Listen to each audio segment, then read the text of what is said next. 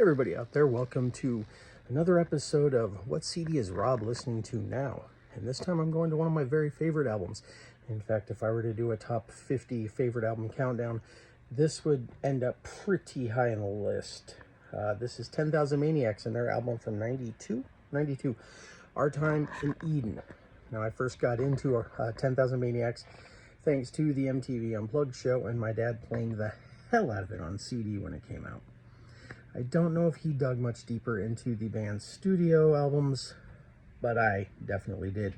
And eventually this one became my favorite. This is the last studio album with Natalie Merchant. And obviously the MTV show relied heavily on the songs from this album. And it's easy to see why. I mean, it starts with Noah's Dove, and that's just a fantastic song.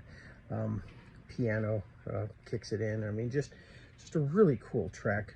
These Are Days was I believe it was a pretty big hit on the MTV. The quote-unquote title track, Eden, comes up next. I say quote-unquote because the album title is Our Time in Eden. Few and Far Between is really cool.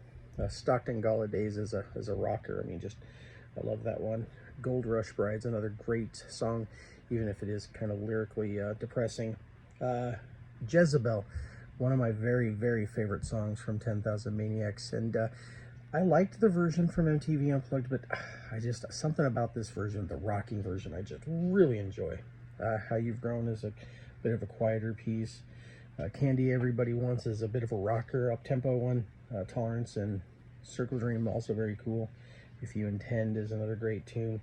I'm Not the Man, yet another lyrically depressing song, but a very good track. If you don't know much about the 10,000 Maniacs, it's I mean, it wouldn't be terrible to compare them to REM. Certainly, I believe they're from the same region.